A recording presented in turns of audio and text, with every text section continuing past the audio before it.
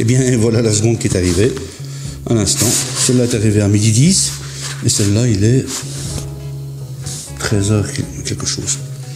Celle-là a gagné la course. Elle vient de France, c'est une estate, elle vient d'Italie, c'est une pipe neuve, une Lanatra. Bon, de nouveau, je ne saurais pas ouvrir avec ça, c'est un peu ridicule. J'ai plus souvent l'habitude d'ouvrir des boîtes d'outils que des boîtes de pipes. Ce sont toutes les deux des faites main, et ce sont mes premières, parce qu'habituellement, j'achète soit des Curieux, soit des bus choquins, etc. Et puis bon, après petit à petit, ben, on évolue un peu. Et... alors, qu'est-ce qu'il y a dans cet emballage?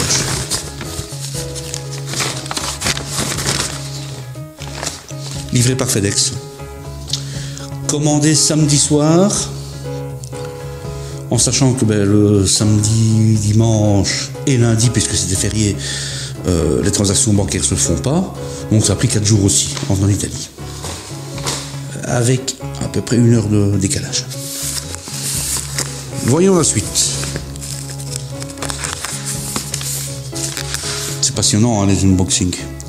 Moi, franchement, en général, ça me casse les pieds. La facture, pro forma.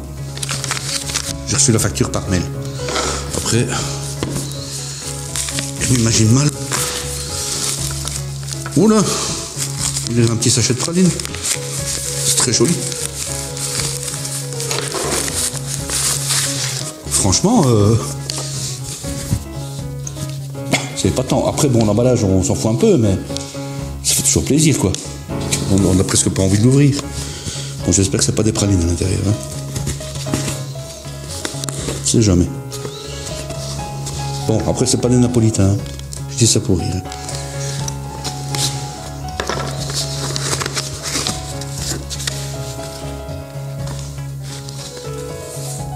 Un petit bandeau pour le tennis.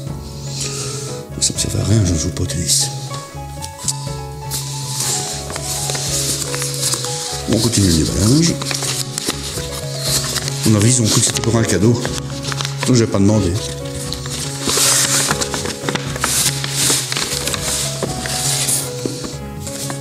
Hop. Petit emballage. C'est une Lanatra.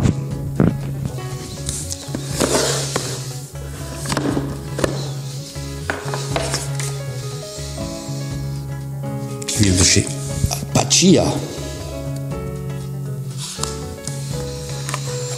Ils te fournissent des chevillettes. Merci, vous n'êtes pas prévu. Merci. Et de nouveau, c'est emballé avec du papier bulle. Et qu'est-ce qu'on fait avec le papier bulle? Vous savez maintenant. Non, le papier bulle italien, il va mieux que le français. Mais bon, c'est pas important. Hein. La petite pochette. Encore un petit emballage. Toujours avec le petit logo là.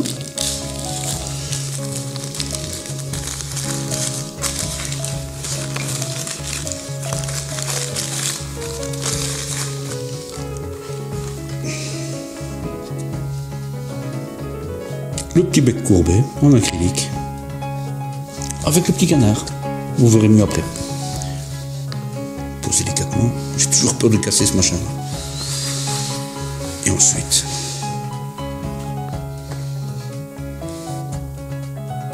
c'est la bonne. Ils sont pas trompés, c'est bien. Fabriqué en Italie, enfin en made in Italy. Je vous invite à aller voir par rapport à la marque, la petite historique de cette marque. C'est assez marrant. C'est assez marrant sur le forum qui s'appelle fumeurdepipe.fr. C'est dans le site, hein, c'est pas sur le forum même. Hein. Allez jeter un œil. Je vous mettrai le lien dans la description. Bon, on rentre tout ça. C'est la première fois que j'achète une pipe semi-rustiquée comme ça. Ben franchement, je suis pas déçu. Elle est belle, elle tient bien en main. Ce petit canard me fait peur. C'est le genre de truc, si tu l'accroches, ben, tu le casses.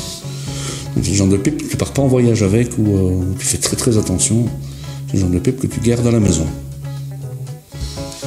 Bon, il ne tient pas debout, forcément, ce qui est normal.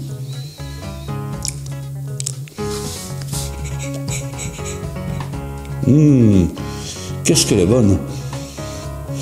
Il me reste à les culotter. Je vais les faire avec du Florina.